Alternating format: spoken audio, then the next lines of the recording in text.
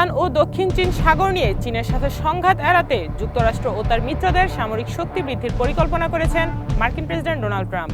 মার্কিন প্রশাসনের নতুন জাতীয় নিরাপত্তা কৌশলপত্রে এই বিষয়টি তুলে ধরা হয়েছে।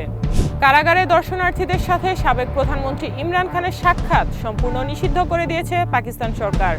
পাকিস্তানের তথ্যমন্ত্রী আতাউল্লাহ তারার এ তথ্য জানিয়েছেন।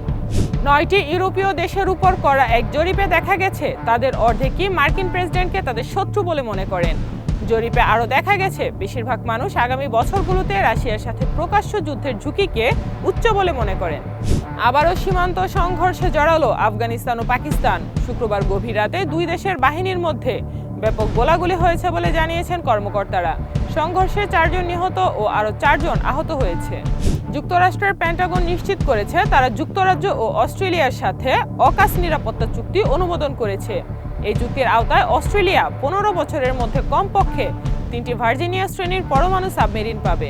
পাকিস্তানের উপপ্রধানমন্ত্রী ইসহাক দার বলেছেন, বাংলাদেশ, চীন ও পাকিস্তানের মধ্যে সাম্প্রতিক ত্রিপক্ষীয় উদ্যোগটি শুধু এই 3 দেশের মধ্যেই সীমাবদ্ধ থাকবে না, বরং এতে অন্যান্য আঞ্চলিক দেশ এবং এর বাইরের রাষ্ট্রগুলোকেও অন্তর্ভুক্ত করার সুযোগ রয়েছে।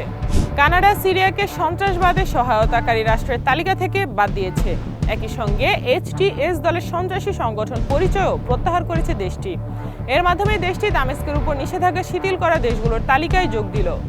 রাশিয়ায় তৈরি অস্ত্রশস্ত্র, সামরিক সরঞ্জাম রক্ষণাবেক্ষণের জন্য যে প্রযুক্তির প্রয়োজন তা তৈরি করবে ভারত। রুশ প্রেসিডেন্ট ভ্লাদিমির পুতিনের সফরকালে শুক্রবার এ বিষয়ে সম্মত হয়েছে দুই দেশ। তালিকায় রয়েছে S-400 ক্ষেপণাস্ত্র। যুক্তরাষ্ট্রে জন্ম নেওয়া শিশুর নাগরিকত্ব পাওয়ার সাংবিধানিক অধিকার আছে কিনা তা নিয়ে শুনানি করতে সম্মত হয়েছে দেশটির সুপ্রিম কোর্ট। তবে শুনানির এখনও কোনো তারিখ ঠিক হয়নি। রায় পেতেও কয়েক মাস সময় লাগতে পারে। অস্ট্রেলিয়ার গোলবার্ন রিভার ন্যাশনাল পার্কে একটি বিশাল দাবানল ইতিমধ্যেই 9000 হেক্টর বনভূমিকে পুড়িয়ে ছাই করে দিয়েছে। শুষ্ক বনাঞ্চল ও দমকা গরম হাওয়ায় এই দাবানল দ্রুত ছড়িয়ে পড়ছে। আগুন নিয়ন্ত্রণে শত শত দমকল কর্মী মাঠে কাজ করছে।